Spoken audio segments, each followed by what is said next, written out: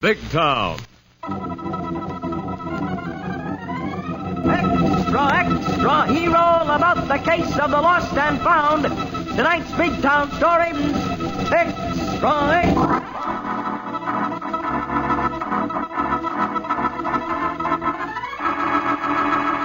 Big Town, the headline stories of a great city dramatically reported by Steve Wilson, fighting managing editor, whose creed, as with all great newsmen, is emblazoned on the masthead of the Illustrated Press. The power and the freedom of the press is a flaming sword, that it may be a faithful servant of all the people. Use it justly, hold it high, guard it well. Now, Big Town and Steve Wilson's headline story of The Lost and the Found. The Lost and Found columns of any newspaper are filled with heartache and tragedy, both great and small. But when a newspaper reporter vanishes, the reason and the consequences may be fatal.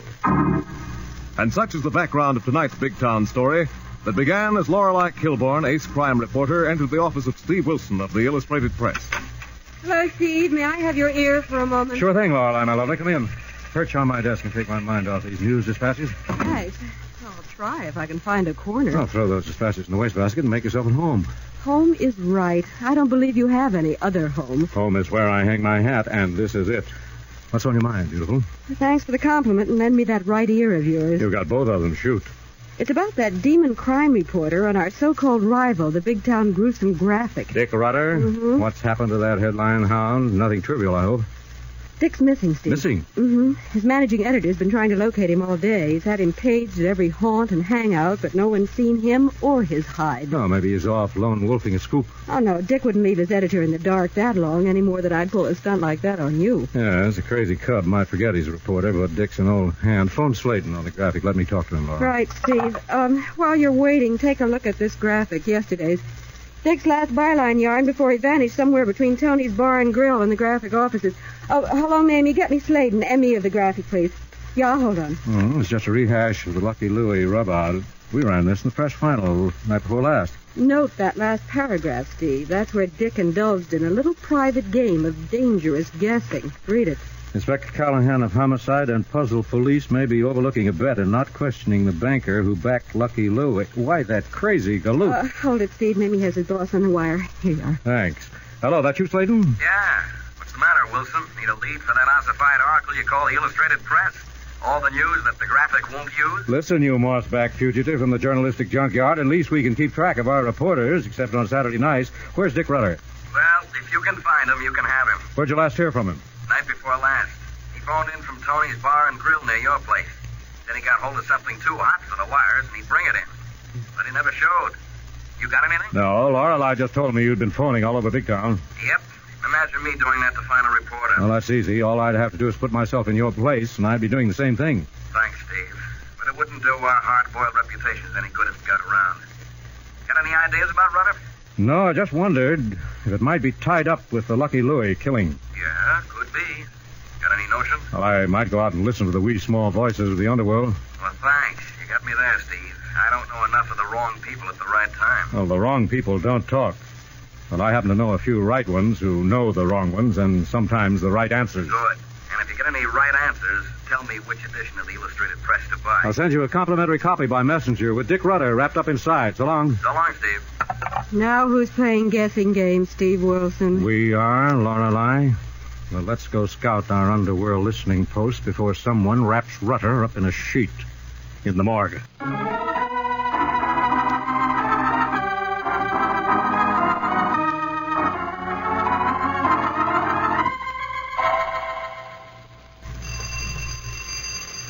Oh, my head. Shut up, Rutter. I'll stuff some cotton down your throat. Not that gorgeous. My mouth already feels like an army's been marching through it barefooted. Oh, that doorbell, gorgeous. Answer it before the top of my head jumps off and flies out your window. Okay. Probably Marty the Hoop. So don't get your hopes up trying to get loose. Small chance. And look, if it should be my editor, don't let him in. Oh, if that ain't what you've been hoping for.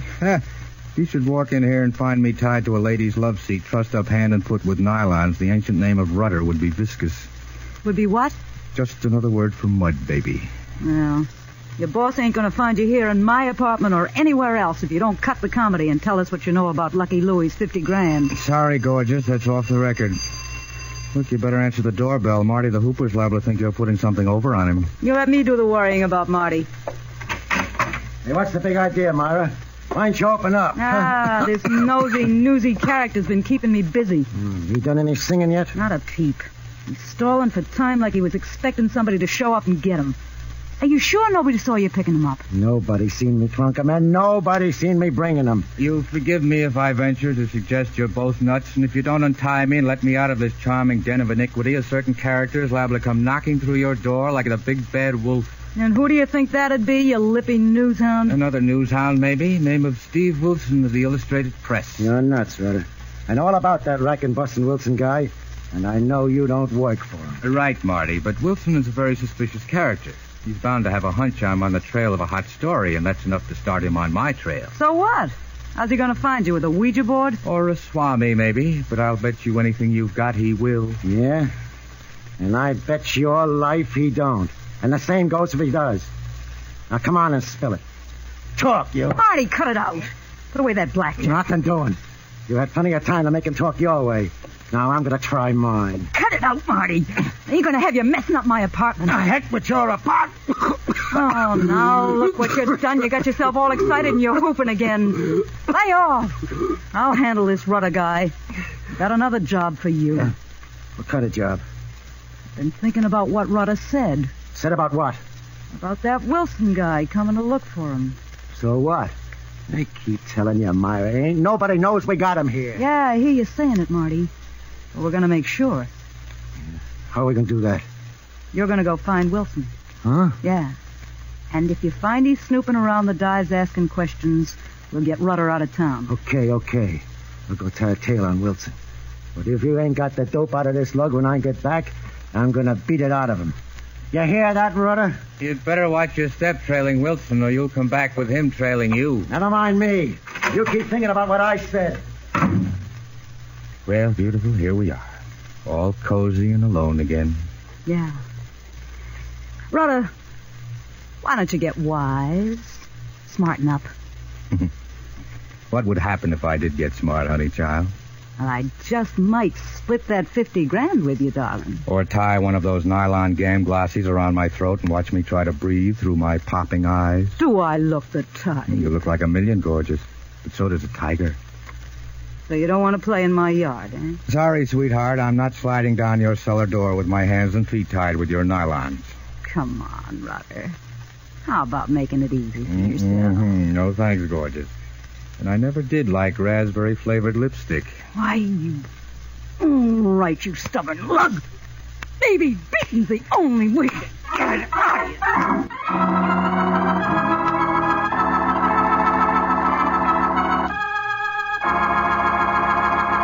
Thus, as Steve and Lorelei set out to find Dick Rutter, his captors anticipate the move, and for the exciting developments, we'll rejoin Steve and Lorelei in a moment.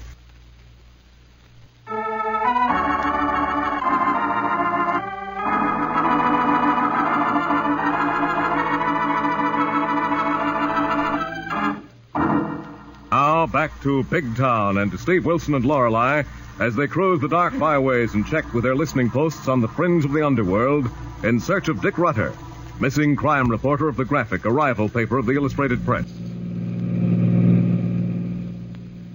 Hey, boss, what do we got cooking for tonight? A game of hide and seek, Harry. Who's hiding from whom and whom are we seeking? Well, somebody's playing button, who's got the button, and Dick Rutter of the Graphic is the button. In which circumstances? Is it any skin off our necks? Yes, Harry. In spite of our rivalries, newshounds are one big family, and we all hang together so we don't hang separately. Oh, there's Mozart's Harbor Cafe. Slow down and stop, Harry. Hey, Miss Gilboy, you don't think our old pal Mozart would be hiding Rudder, do you? No, Harry, but we're hoping he'll be able to give us a lead on Rudder and save us a lot of blind man's buff. Come on, Lorelei. Boss, ain't this game getting kind of mixed up? Hide and seek at buttons and hanging together and separate and by man's buff?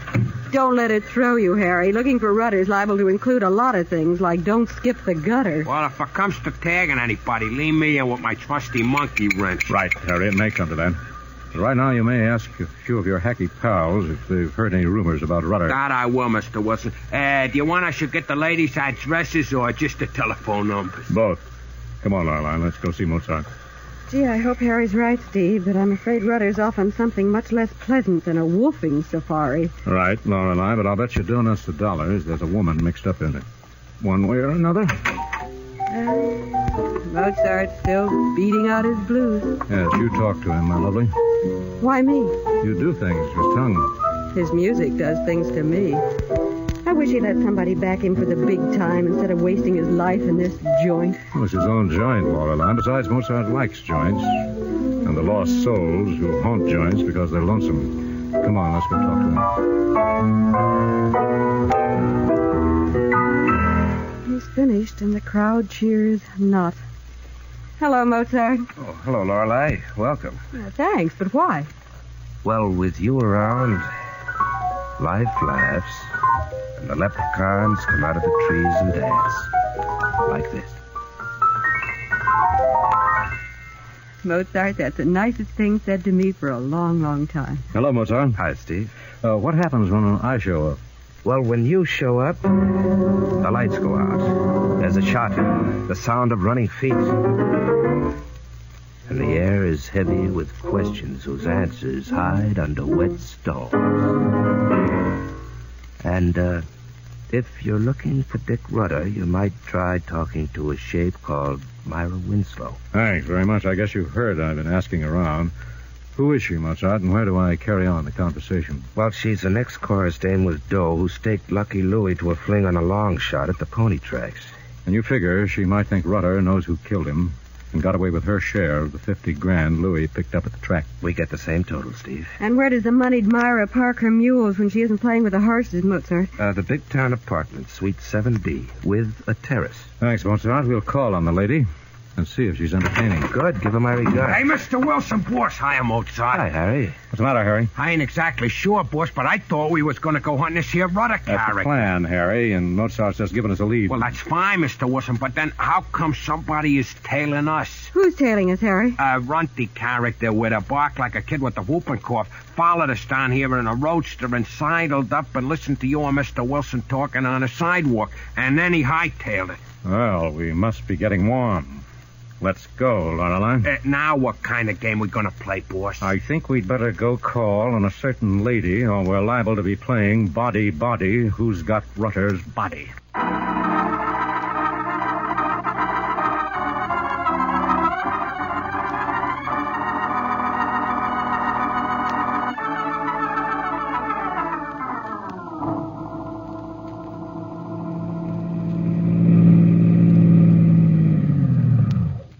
Here you are, boss. Big Town Terrace Apartments. And if you should ask me, it is one classy joint for a hideout. A locality has very little to do with the class of tenants residing therein, Harry. Oh, you're right, Steve, but wouldn't you know Dick Rudder'd pick a layout like this for his jam? He would. And I just hope this is it. Let's go in and call on the lady in question. You want I should stick around, boss? Yes, Harry, wait here. We'll be out in half an hour.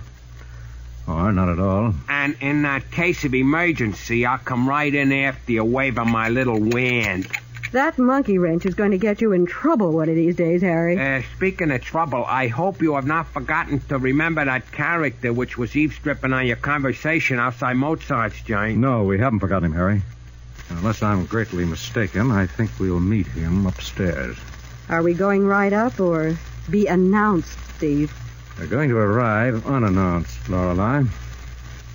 But if this place has a receptionist, I think we'll stop and buy a little information about our hostess and her guests.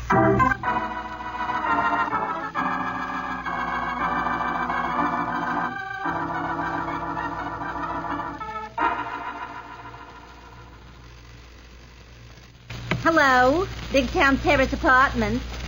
Sorry, madam. Mr. Ardsley no longer resides here.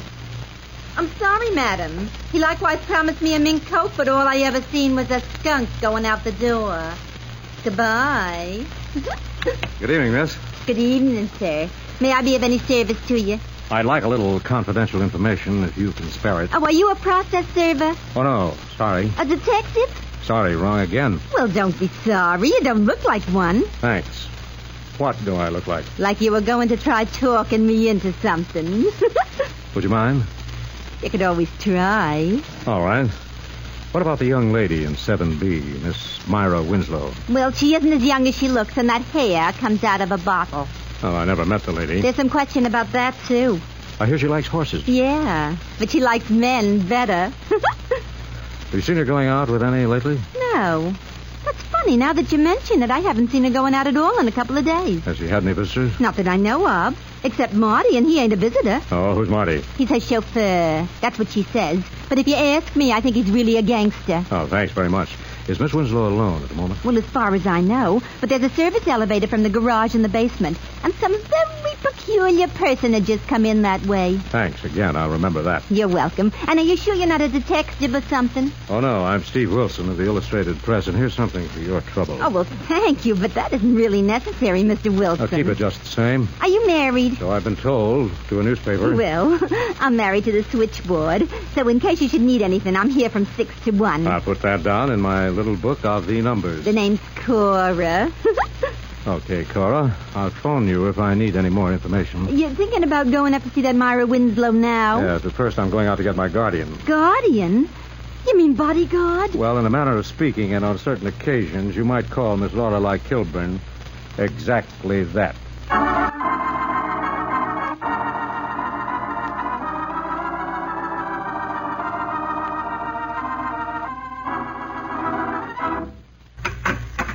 Well, hello again, gorgeous. On you, that velvet job looks terrific. Thanks. Do I get slapped around some more now, or do we wait for Marty the Hooper to come back with his silent slugger? I'm sorry, Rudder. You're a new type, and I lost my temper. Want a drink? No, thanks, sweetheart. I'll toast thee with mine eyes.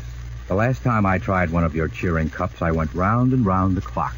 I'm sorry about that Mickey I gave you. Besides, I don't want you out cold.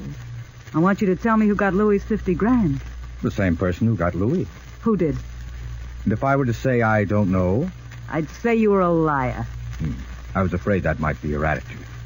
Rudder, I staked Louis to 5 G's, and he rolled it up into 50.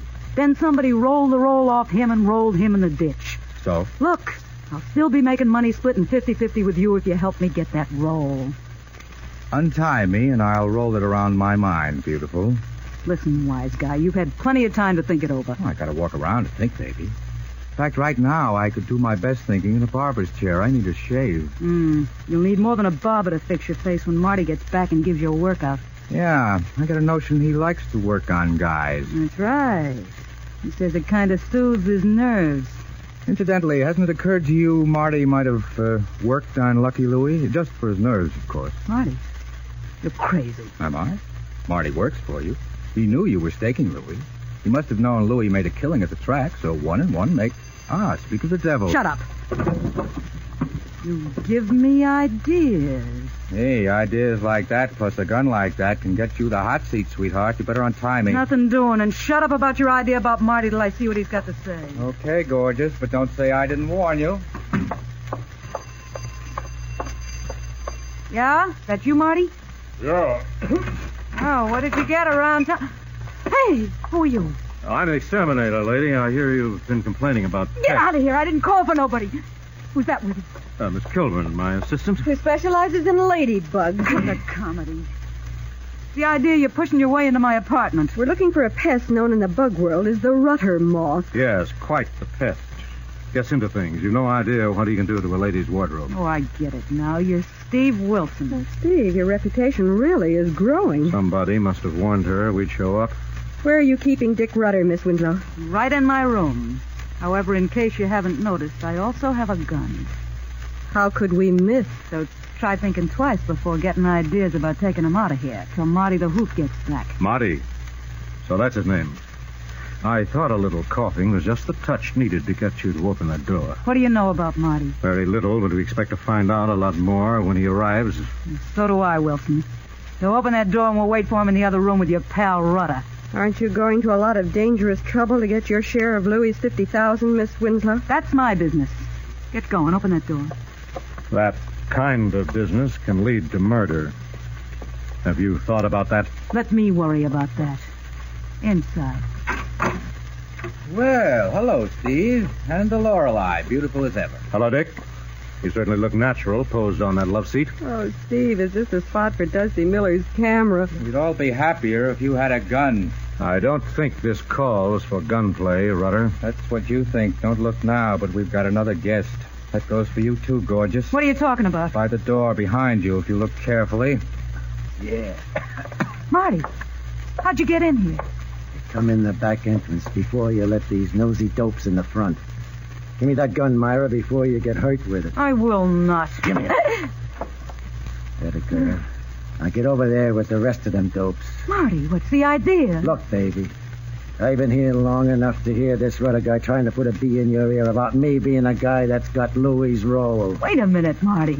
You don't think I swallowed that? If you don't get over there, you'll swallow something else. Come on, Miss Winslow. You forgot to learn the rules before you started playing the game. You oughtn't to have kept your nose out of this, too, Wilson. Yes, you may be right, Marty. But since I'm in, let's play it out. Stay put, wise guy. I got all the chips in this gun, and I'm playing them to win.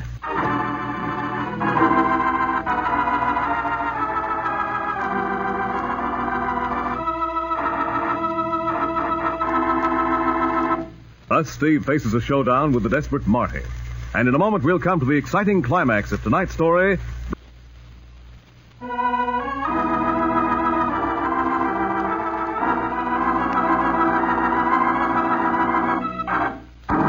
Now, back to Big Town for the payoff in tonight's story of Lost and Found. As Steve Wilson and his companions face a murderous little gunsel known as Marty the Hoop. Stay put, Wilson. I got nothing to lose by plugging a lot of you. So you did kill Lucky Louie to get the $50,000 he won on Miss Winslow's bet? Yeah.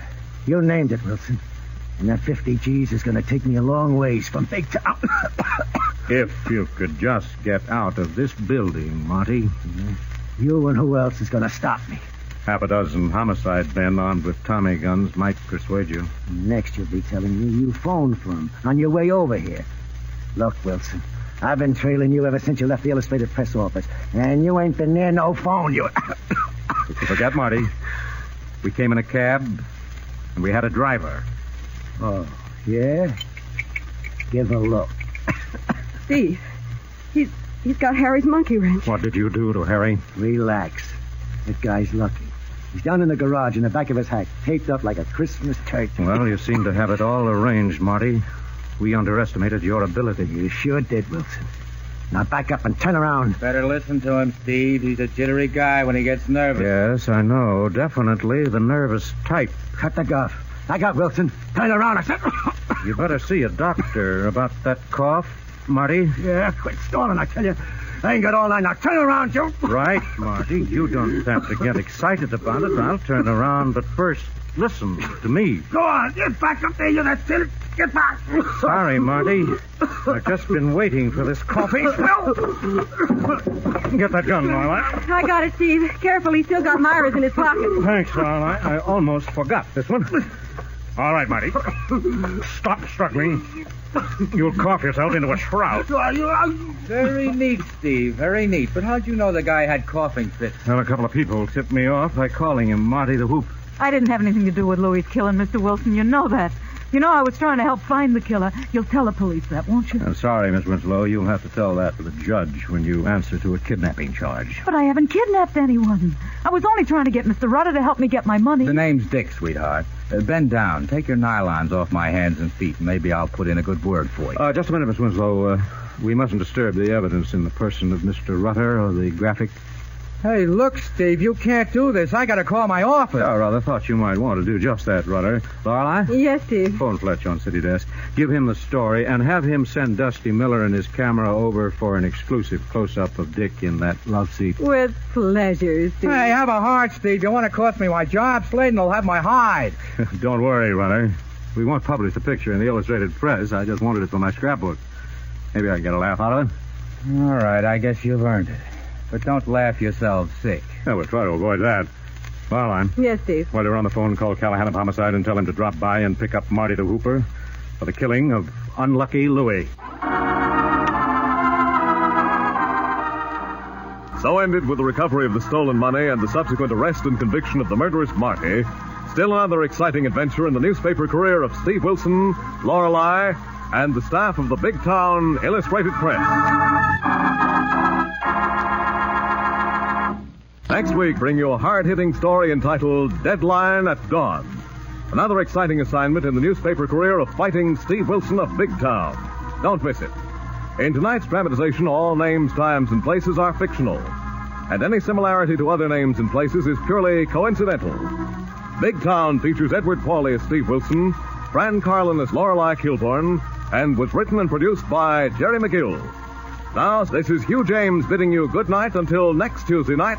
Same time, same station, when you'll hear the newsboy calling... Extra, extra, hear all about it. The story of Steve Wilson and Deadline at Dawn. Extra, extra. This is NBC, the national broadcasting company.